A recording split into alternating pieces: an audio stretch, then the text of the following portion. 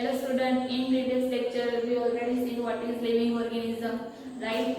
Now we will see characteristic of living organism. There are so many characteristics of living organism. First is growth, second is reproduction, third is metabolism, development, ability to sense environment, ability to self-replicate, self-organize and variation.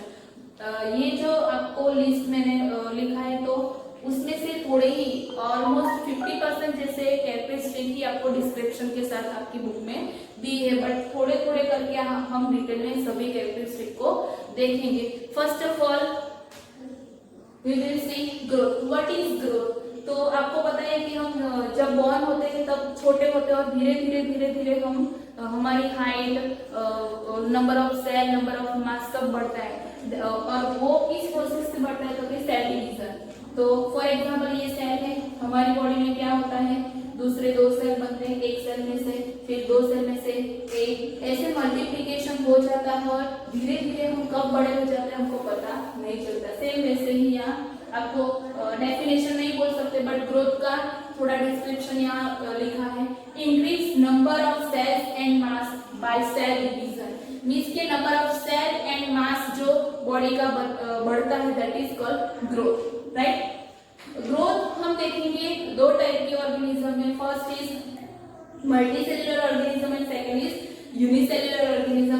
Multicellular organism means what, जिसमें बहुत सारे cells होंगे that is called multicellular organism. हम फिर bird, insect, वो सब हम उस सब को हम मल्टीसेल्युलर ऑर्गेनिज्म बोल सकते हैं. यूनिसेल्युलर ऑर्गेनिज्म मीन्स व्हाट, जो एनिमल में एक ही सेल होता है, एक ही सेल से बने होते हैं, that is called unicellular organism. For example आपको मल्टीसेल्युलर ऑर्गेनिज्म इंसेक्ट या फिर आंट के कोई भी एनिमल, बर्ड, कोई भी इंसेक्ट, कुछ भी को देखना हो तो आप अपनी नेकेड आई से देख सकते हो, राइट. और वो धीरे धीरे, फॉर एग्जांपल आपके आजू बाजू में आपके घर में कोई छोटा बच्चा हो, धीरे धीरे बढ़ता हो, तो आप अपनी नेकेड आई से देख सकते हो कि इसका ग्रोथ हो रहा है. बट अगर यूनिसेल्युलर ऑर्गेनिज्म में आपको देखना हो तो क्या करना पड़ता है, तो कि एक टेस्ट ट्यूब आती है, केमिस्ट्री में आएगी और बायो में भी आएगी. तो ये जो टेस्ट ट्यूब है उसके अंदर कल्चरल मीडियम के मींस के उस मेथड को हम बोलेंगे in vitro culture medium. In vitro method. In vitro means what, कि जो बॉडी के अंदर की जो एनवायरनमेंट होती है वैसे ही एनवायरनमेंट हम कोई वेसल्स में या फिर कोई वेसल्स के अंदर कल्चर को डाल के यहाँ ग्रो करते हैं. फॉर एग्जांपल कोई बैक्टीरिया, अमीबा, पैरामीशियम जैसे जो यूनिसेल्युलर ऑर्गेनिज्म है उनका ग्रोथ देखना हो तो पहले हम यहाँ उसका ग्रोथ करवाते हैं. देन हम जो ग्लास स्लाइड होती है ऐसी रेक्टेंगल, उसके अंदर उसके ऊपर इसको एक ड्रॉप डालते हैं और ऐसे स्पेसिमेन बनाते हैं, राइट. और ऐसा स्पेसिमेन बना के उसके ऊपर एक कवर स्लिप रखते हैं और उसको फिर लो पावर और हाई पावर में माइक्रोस्कोप में देखते हैं. तो उसको यूनिसेल्युलर ऑर्गेनिज्म को हम माइक्रोस्कोप में ही देख सकते हैं, नेकेड आई से हमारी नेकेड आई से हम नहीं देख सकते. उसका रीजन है कि वो यूनिसेल्युलर ऑर्गेनिज्म है और हम एक दूसरे को या फिर बर्ड को, स्नेक को, कोई भी एनिमल को हम नेकेड आई से देख सकते हैं, उसका ग्रोथ भी देख सकते हैं बिकॉज वो मल्टीसेल्युलर ऑर्गेनिज्म है, राइट. आई होप कि आपको समझ में आया होगा. नेक्स्ट अब प्लांट और एनिमल के हिसाब से हम ग्रोथ देखेंगे कि एनिमल में आपको पता है पैरट होता है, क्रोकोडाइल होता है, फिर बर्ड में पैरट, एनिमल में क्रोकोडाइल होता है. हमारे अलग ह्यूमन बीइंग की जो एवरेज एज लिमिट है वो फिक्स है, राइट. तो यहाँ लिखा है कि in animal growth only up to certain age. Means की सर्टेन एज तक ही उनका लाइफ स्पैन होता है एनिमल में ह्यूमन बीइंग और सभी दूसरे एनिमल भी आ गए. बट प्लांट में क्या होता है कि प्लांट में उनकी जो एज है वो फिक्स नहीं होती, वो कंटिन्यू ग्रो होते हैं उनके लाइफ स्पैन के during. In plant growth occur continuously through out their life span, right. Plant में ग्रोथ फिक्स नहीं होता, वो अपनी लाइफ स्पैन के ड्यूरिंग कंटिन्यू ग्रो होते हैं. बट एनिमल में ग्रोथ सर्टेन एज तक ही होती है, राइट. तो ये हो गया ग्रोथ. आई होप कि आपको समझ में आया होगा. आपको उनकी definition, number, increase number of sales and mass याद रखना है. देन ऑर्गेनिज्म जो दो टाइप के मल्टी और यूनिसेल्युलर, उसके हिसाब से आपको ग्रोथ याद रखना है कि मल्टी सेल्युलर में ग्रोथ आप अपनी नेकेड आई से देख सकते हो, यूनिसेल्युलर में नहीं देख सकते, उसको उसी वजह से उसको हमको कोई टेस्ट ट्यूब में या फिर इन विट्रो मीडियम में आपको ग्रो करना पड़ता है, फिर उनका कल्चर स्लाइड पर लेके कवर स्लिप ढक के माइक्रोस्कोप में देखना पड़ेगा, तो ही आप उनकी ग्रोथ देख सकते हो।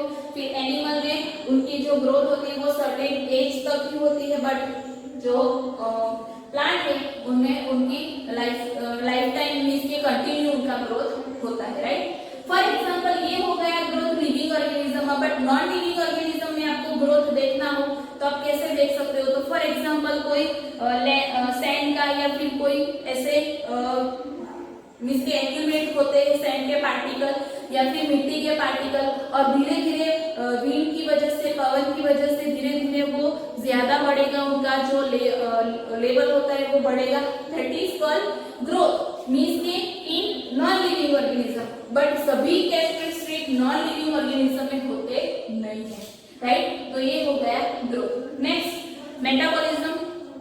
मेटाबॉलिज्म के बारे में आपने 9-10 में थोड़ा बहुत साइंस एंड टेक्नोलॉजी सब्जेक्ट में पढ़ा होगा, बट यहाँ पे डिस्क्रिप्शन दिया है कि what is metabolism. Metabolism is what biochemical reaction which occur in each cell of living organism। हमारी बॉडी में जितने भी मिलियन ट्रिलियन जितने भी सेल्स होते हैं उनमें हर एक सेल में बायोकेमिकल रिएक्शन होती है। बायोकेमिकल रिएक्शन मींस व्हाट कि हम कुछ खाते हैं तो उनके साथ एंजाइम्स, हार्मोन्स वो सब मिक्स होता है, देन हमारी बॉडी में डाइजेशन होता है, that is called biochemical reaction. तो वो बायोकेमिकल रिएक्शन हमारी बॉडी के ईच एंड एवरी सेल में होती है, और जो कॉम्प्लेक्स होती है, बहुत टफ होती है, कॉम्प्लेक्स होती है, that is called biochemical reaction, और that is called metabolism. Metabolism है two types of reaction, anabolism and catabolism. Anabolism means what anabolic reaction, catabolism means what catabolic reaction. आपको ऐसे डिफरेंस के हिसाब से बुक में नहीं दिया है, बट आपको ऐसे याद रखना है तो आपको इजीली याद रह जाएगा। Anabolic reaction means what to form, कुछ भी बनना, छोटे छोटे पार्टिकल, छोटे छोटे मॉलिक्यूल कंबाइन होके बिग मॉलिक्यूल फॉर्म होना, that is called anabolic reaction. यहाँ लिखा है मैंने to form big molecules from small molecules. Small molecule छोटे छोटे मॉलिक्यूल कंबाइन होके बिग मॉलिक्यूल बनता है, कुछ बनता है, that is called anabolic reaction, और उसको ही बोलेंगे एनाबॉलिज्म।